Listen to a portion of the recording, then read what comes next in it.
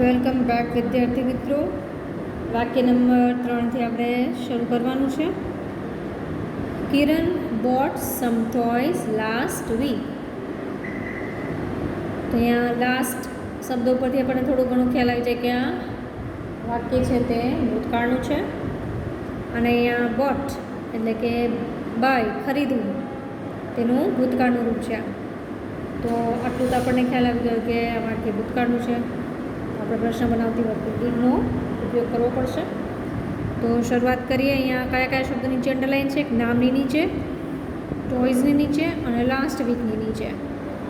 તો આગળ વાક્યમાં મેં તમને સમજાવ્યું એ રીતે નામ માટે આપણે હું મૂકવાનું, ત્યારબાદ બાકીના શબ્દો જેમ છે તેમ કોઈ પણ ફેરફાર વગર હુ બોટ સમ ટોયસ લાસ્ટ વીક. ગયા અઠવાડિયે અમુક રમકડા ખરીદીને કોણ લાવ્યું? તો નામ મળશે આપણને કિરણ. બરાબર. પછી અહીંયા છે ટોયસ. ટોયસ એટલે કે રમકડા. Excuse me. તો અહીંયા રમકડા છે તે સમય પણ નથી બતાવતા, જગ્યા પણ નથી બતાવતા. બરાબર. વસ્તુ બતાવે છે.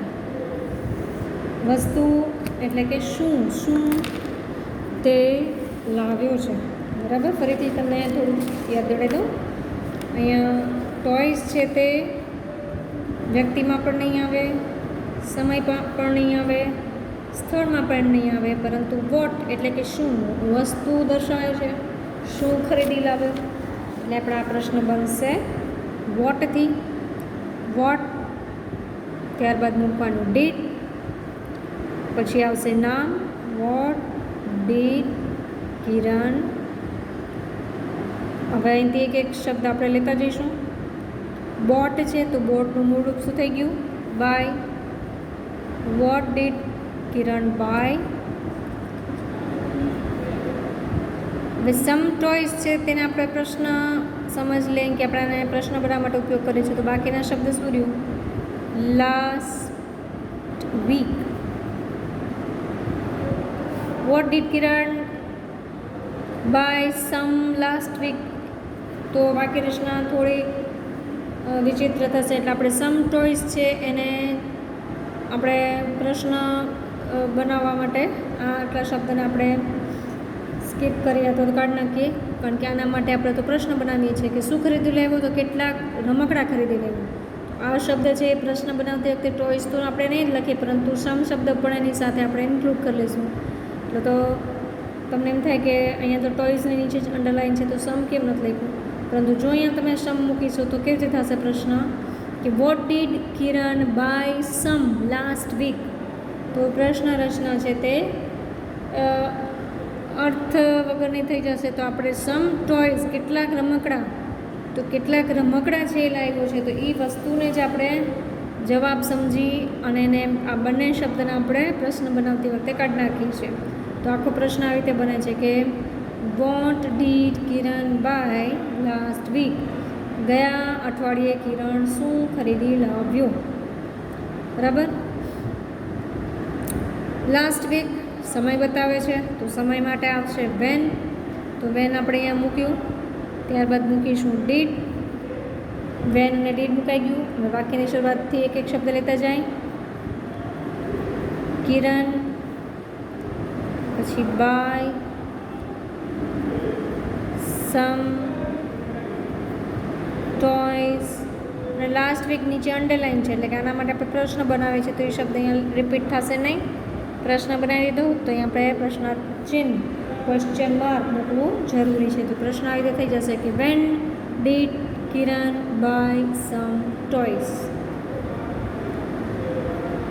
કિરણ અમુક રમકડા ક્યારે ખરીદી લાવ્યો? તો ક્યારે ખરીદી લાવ્યો? તો લાસ્ટ વીક. જવાબ મળી જશે. બરાબર. ચોથું વાક્ય જોઈએ. The gardener put the flowers in the was. The gardener, gardener એટલે કે માળી, બગીચામાં કામ કરનાર માળી. વાઝ એટલે કે ફૂલદાની. તો માળીએ ફૂલદાનીની અંદર ફૂલો મૂક્યા. બરાબર. તો અહીંયા કયા કયા શબ્દ નીચે અંડરલાઈન છે? ગાર્ડનર નીચે, ફ્લાવર્સ અને ઇન ધ વાસ. તો સૌથી પહેલાં ગાર્ડનર માળી નીચે અંડરલાઈન છે કે વ્યક્તિ જાણવા માટે. તો વ્યક્તિ જાણવા માટે આપણે અહીંયા હું મૂકી દઈએ અને આ લીટી કરેલા શબ્દો પછીના જેટલા પણ શબ્દો છે તે મૂકી દઈશું. Who put the flowers in the vase. ત્યારબાદ છે ફ્લાવર્સ એટલે કે શું મૂક્યું? તો વોટથી પ્રશ્ન બનશે. વોટ ડીડ, પછી ધ ગાર્ડનર. પુટનું પુટ જ રહેશે. પુટ છે એવો શબ્દ છે કે જે ભૂતકાળની અંદર પણ સેમ રહે છે. તો what did gardener put the put. હવે ધ ફ્લાવર્સ છે એના આપણે એક શબ્દ ગણી લઈએ તો બાકી શું રહેશે? In the Wales. ફૂલદાનીમાં એણે શું મૂક્યું અને ક્યાં? વેર.